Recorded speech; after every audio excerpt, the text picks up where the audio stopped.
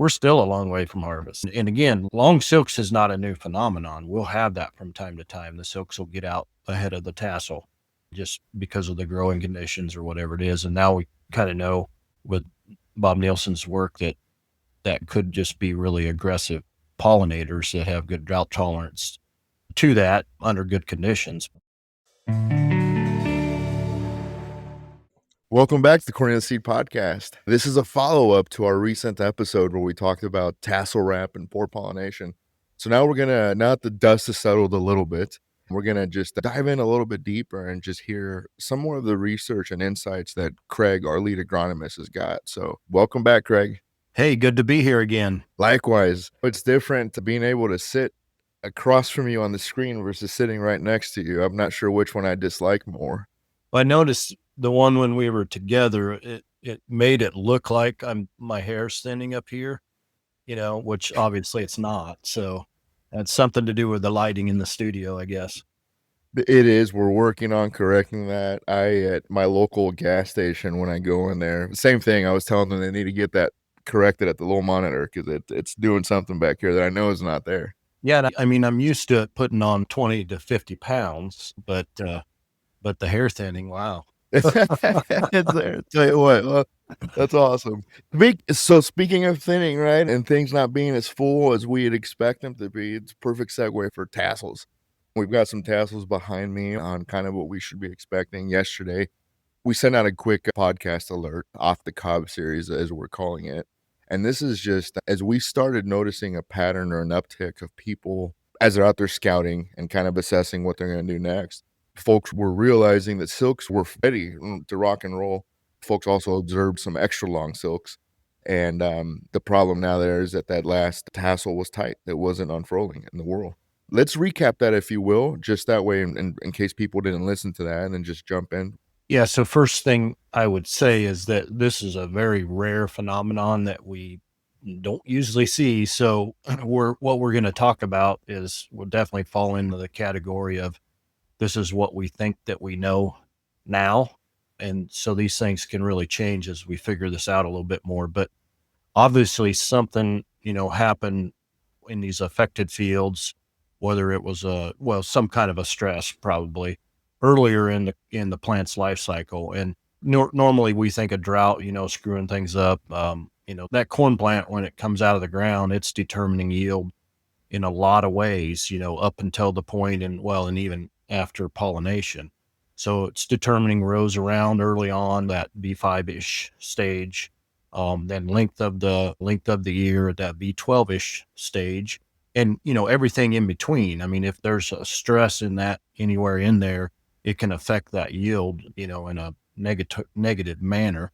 So something happened early on in probably that May timeframe, I would say, that caused some sort of stress that caused this phenomenon to happen. But basically that last leaf that is surrounding the tassel is not opening, not unfurling like it normally should. It's remaining pretty tight. So we'll have pictures on here, and people have already seen them probably. You may just have the main, the top half of the main stem of that tassel that is out, and it's dropping pollen, but we want the entire tassel to be out, including the branches on it, so we can drop, as much pollen as we need to get those silks germinated down there on the ear.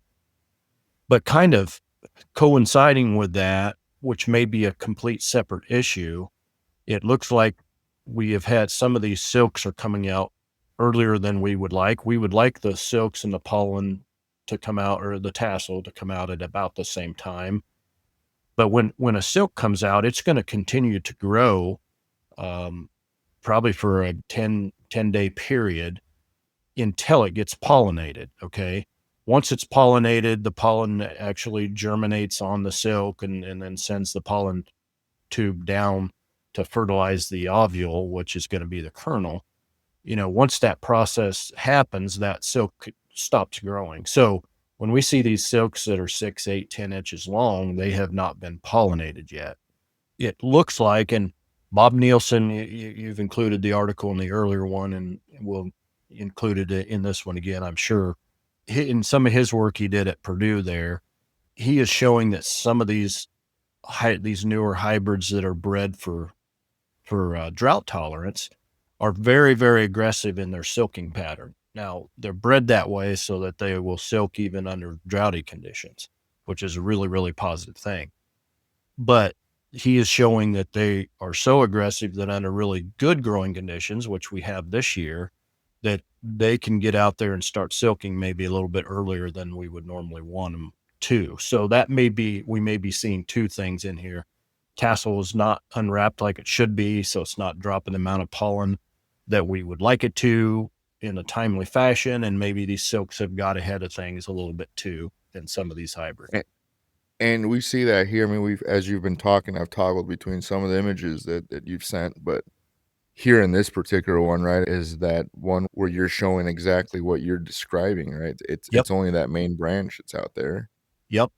And it's dropping pollen, and these pictures from the same plant, you can see pollen is down there on the leaves. That's a perfect one right there. So it is dropping pollen, and even though these silks are long, they may have already been pollinated, they may have stopped growing now.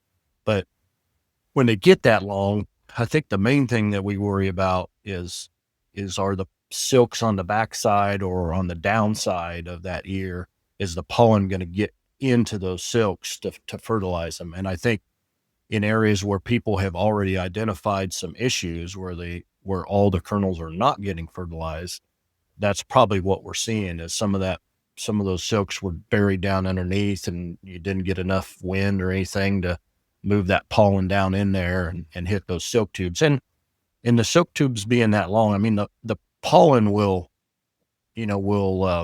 germinate anywhere along the silk. So if it lands on, a 10-inch long silk right up at the tip of the ear, I mean, that's no issue. That's normal. But if it lands on it way down below, and that silk tube silk has been out there for a long time, I mean, that silk itself can collapse, and not allow that pollen tube to grow down through it and reach the ovule down there. So there's all kinds of issues when it gets to be that long that we're concerned about.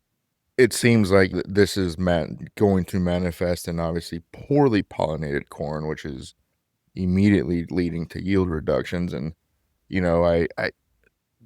I can't, boy, the news has been on the edge quite a bit here in the last 2 days with corn syrup, whatever happens with that. Those companies pick up a lot of corn, right? So that affects the price. And then now the market might be reflecting crop that might look great from a satellite, but once you get out there and walk the field and you realize you might have some zippered ears, might not be the case. If you had the crystal ball, and at least in the pictures that you've seen in some of the fields that you've walked, you had to make a best guess on kind of an impact bushels wise. And I'd hate to start on a negative tone, but I'm just curious what that would look like.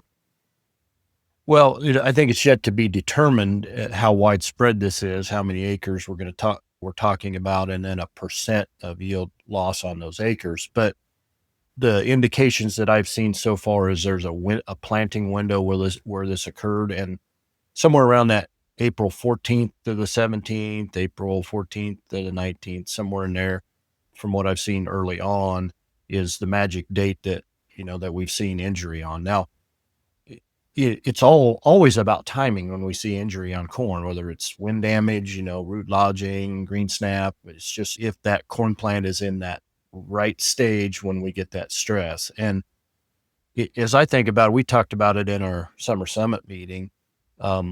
We had some really abnormally cold weather in the middle of May. So if I'm looking at it now and you're telling me this is a stress that caused this, the main stress that I could indicate is that middle of May cold temperatures. And we had imbibitional chilling and just regular cold injury at that time period, which we normally get in mid-April, and we had it in mid-May. So I think the 13th, I'm looking here at my chart that I had at the summer summit, we dropped 20 degrees from the 13th to the 18th. We got down at least 40 degrees and maybe below that. So, and that's what gave us the chilling.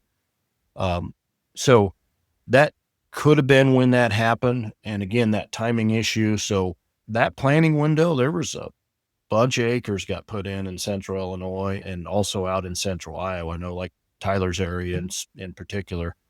He had a ton of acres going in that window. So there's a lot of really high productive acres that got planted there. So it could be pretty extensive, and you just knock off, whatever 10%, 20% off of some of these high yielding fields.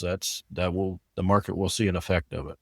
Well, and folks listening, Tyler's area for us would be that north central Iowa footprint. There are lots of highly productive soils, like you said. A lot of national corn grower winners coming out of those neck of the woods. So I'm hearing you say a couple things, which is, and you mentioned this yesterday, whether you're talking about Bob Nielsen study from Purdue on silking, right? We're seeing the aggressive silking element of it, but then separate from that is this tight tassel, this wrapped tassel. And you're pointing out here, I believe I've got the slide showing, is that temperature swing. Is it something that, we should be scouting anyways, no matter what, but especially prelim information coming out is that April 13th to 16th window. And we see here, there's a stress there, right? So you're stressing the plant. Have you come across any consistency in genetics, a certain trait package, a family? I know it's too early to tell. I do want to be clear on that. And right now we're kind of we're talking about this because everybody's talking about it. We want to give your perspective from it. Yeah. Well, the only thing, I can talk about our lineup, what we've seen and the genetic backgrounds there. And then, of course, just like anybody else, I've read plenty of stuff online. So it does look like it's leaning towards one particular camp on the genetic side of things that have seen the brunt of this. But I would caution that it is pretty early, and, we certainly could see it in multiple, genetic packages. And we all live in glass houses, so we don't throw stones. Okay. If it's one genetic package this time, the next thing that happens is probably going to be the opposite genetic package. So that's why, as an independent, we carry, all the genetic suppliers stuff, and we select the best stuff from everybody that fits in our particular geography. That's what we're trying to do. But we think that's a big part of that is spreading out the risk of our customers, so you're going to use different genetic packages from an independent seed company. And this is a pretty good example of why you do that. So you don't have all those eggs in one genetic basket. But again, it's a timing thing. The other genetic camps could have got dinged, if that stress occurred at a different time frame. If this happened to one particular corn genetics, any corn genetics would be susceptible to it. Yeah, no, absolutely true. And with it, we've seen to have a really great start for the most part, other than the call out you have there. And I also think back to just for us here in Jackson County, where the home office is at, and I help put in some of the plots and some of the strip trials we do here. And as part of doing that, we also helped go out there, and they rotary hoed it. It was crusting out very early on, right? And I remember that we went back and filled in some holes, hand planted some just to see what wasn't going to make it. We also had some gopher damage. So it was an interesting little exercise.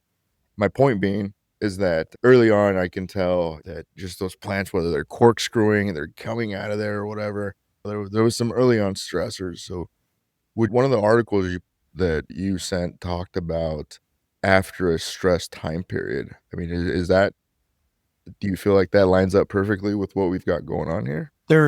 There has been, again, because this is a relative new phenomenon, we're trying to figure it out. Some of the, I think, theories, I guess I would say, is that fields that are showing this tassel wrap also showed the rapid growth syndrome that is not real uncommon. We see that pretty regularly. I guess I would caution that those two are interlinked.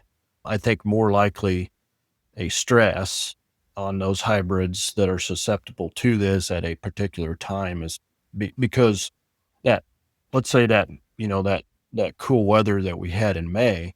So those corn hybrids that were planted in that magic window in mid-April, they were at a certain stage when that cold weather hit, and hybrids planted at the end of April, 1st of May, were not in that stage yet where this would have caused that type of injury.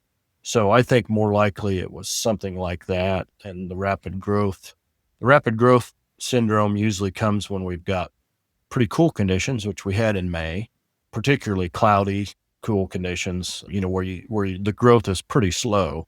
And then you move into really warm, particularly humid conditions that are just ripe for rapid growth. And we definitely had that. We transitioned from cool weather in May, and there at the end of May, early part of June, we shifted and got real warm. And so we had that rapid growth, and then those leaves weren't unfurling, correctly because of that rapid growth syndrome. And eventually, within a week or so, they go ahead and unfurl. And then those leaves that were wrapped up inside of there that should have been out already, they turn a light green to a yellow because they haven't been able to hit sunlight and photosynthesize. And that's where you see that yellow flash just sporadically out through the field. So that's your rapid growth syndrome. I don't know that I would relate that to this. It could be. That's a theory right now. I think more likely it was the stress that we had earlier on of some type. And it may not have been the cold stress. It may have been something else. That's an easy thing for me to point to because it was unusual.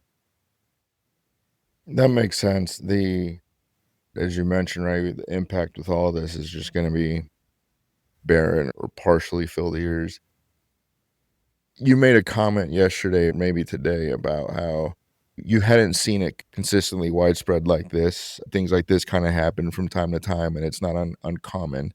And it might be exaggerated on how widespread it is too, right? I mean, I'm cognizant of the fact that the news travels a lot faster now, right? And so, if I'm seeing it on social media, it's probably going to show me more stuff like it because I'm already interested. That's just the nature of the algorithms that sometimes folks fail to realize, for better or for worse. Right. So why I mention this is because just like when something happens around the world, we hear it sooner and it might seem more dramatic. This could be in that same breath. You cover this all the time. You're going to do what's best for your operation and you'll know what's best. It seems to me like, and I know you'll do this with our team, is if there's issues and as you're out there gathering data, we've got a process to get this reported.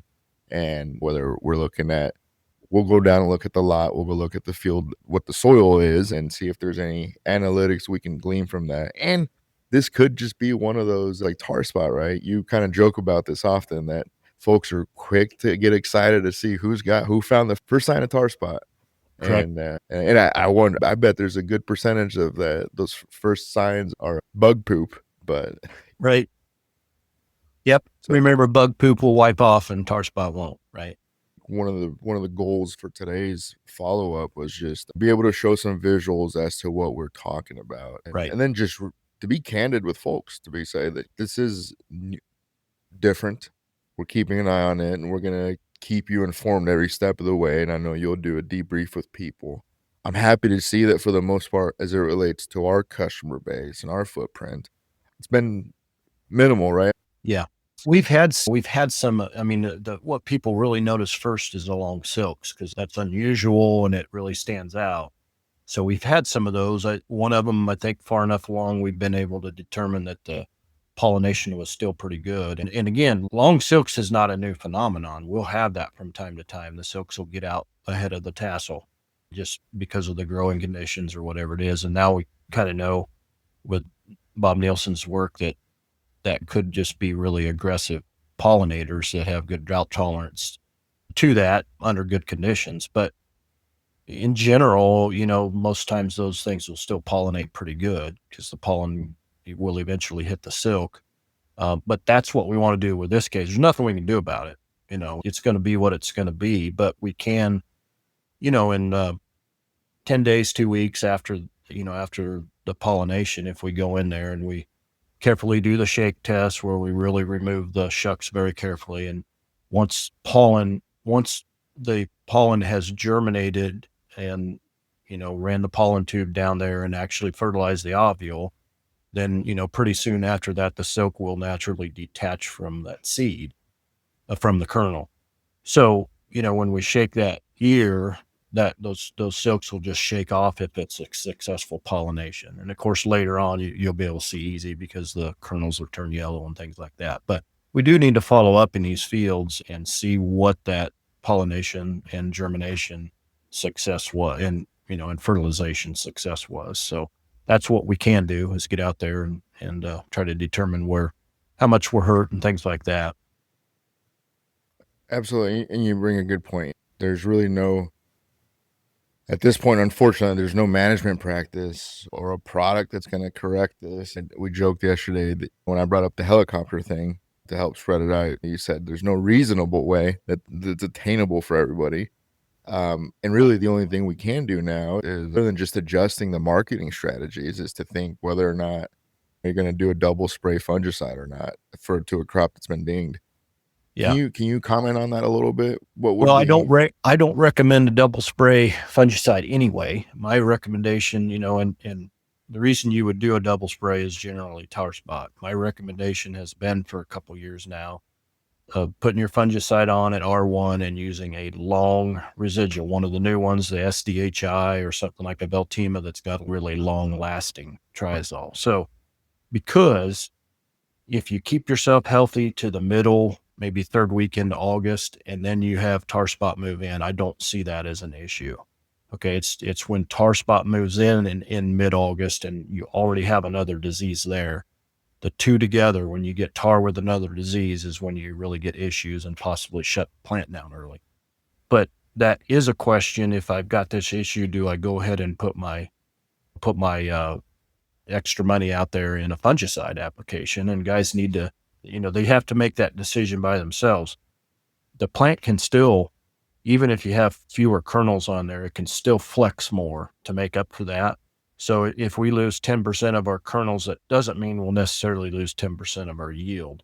We still got a lot of kernel depth that we can put on there, and the kernels are simply going to get bigger if there's not a kernel beside it, if you got a blank kernel in there as well. So in putting on a fungicide, I believe, is a great help with that kernel depth, which is determined, pretty shortly after we have fertilization there of the kernel. So I think it can still be something that would pay for itself. And again, if tar spot is your number one issue, being able to take care of that situation where you don't have the plant shutting down early because you've got multiple diseases in there with your tar, that's going to help your standability and give you more time to get in that field and get it harvested before it falls over.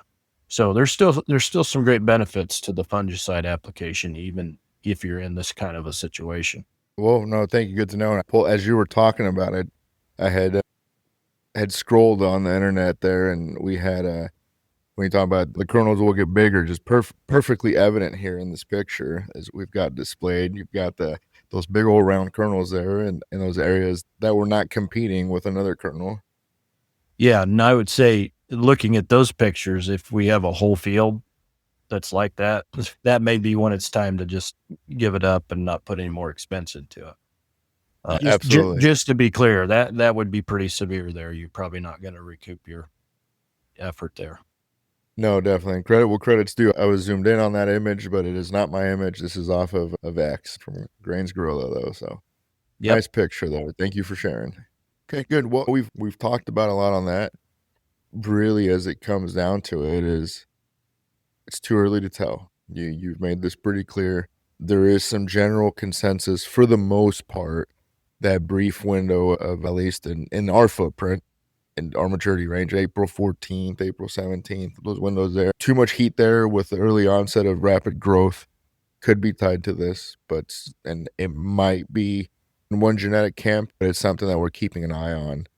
And anything else that we may have missed there, Craig, or that you want to make sure, because I know since we spoke last, you've probably had other conversations, and I guess my goal is to make sure there isn't anything new that we need to cover or interesting that you discuss with some of the other people that you talk to that have been looking at this. No, nothing new from our earlier talk, but like we started out the podcast, is we don't know everything about this now. There's a lot to be learned yet, and we may never know exactly what the cause was. So I don't think anybody needs to claim that they're an expert on it. We'll all learn about this together and if there's anything we can do to prevent it, we certainly will, do that in the future years. But it could be a one-off, and just it's farming for you. Every year is so different weather-wise, and it takes a whole bunch of highs and lows and everything in between to make an average. And this is another example of that. It absolutely is. And predictions and anything are always just that, is predictions. And I know we had not Chad Colby. Who did we have at our summer summit meeting? Oh, Hart from Iowa State. Right? Yeah, there you go. The other Chad. It had seemed that most models were training, and we even saw this at an industry meeting in St. Louis here recently. It looked like it was going to be a record year, right? 180, over 181, and it's just funny. You learn from experience, and I say this a lot. Like, our crop looks great. It has all year. We're a long, long way from harvest, because as soon as you think you start counting those bushels, something happens, and we're still a long way from harvest. So just pray and hope. Absolutely. A lot can happen between now and then, and just ultimately taking good notes, making sure, whether it's your operation or even for us here internally, being aware of what's going on. I think that's what's great where we offer this custom bulk box solutions, is sometimes a person is just going to go through and spread that one hybrid across multiple acres because they have a full box of it. And everybody promotes spreading risk and putting in multiple hybrids. And our customized bulk box option helps offer something like that, and really bring you genetics from multiple suppliers, not just one camp. Yeah. And that is that's a thought with this phenomenon here. And I've seen that thrown around also on some of the threads. And it's very true. I usually do a split planter because I like to compare hybrids, and I like to spread that risk out a little bit. But you have two hybrids out there, they're not going to pollinate at the exact same time. So you're going to have pollen back and forth in that field, probably a longer period of time than you normally would if you have a couple of hybrids out there. Having said that, I don't have that this year because my entire focus was on the biological planter box treatments that I'm doing this year. So I needed to use the same hybrid across the planter to be able to compare that. But that would be an advantage, in this case, if you needed to throw pollen for a longer period of time. Definitely. Well, folks, that's it. That's all we have now. Thank you for tuning in. If there's any questions you have or any cool insights that you've observed out there as you're navigating this new unknown, please comment or let us know. So thanks for tuning in, and until the next one.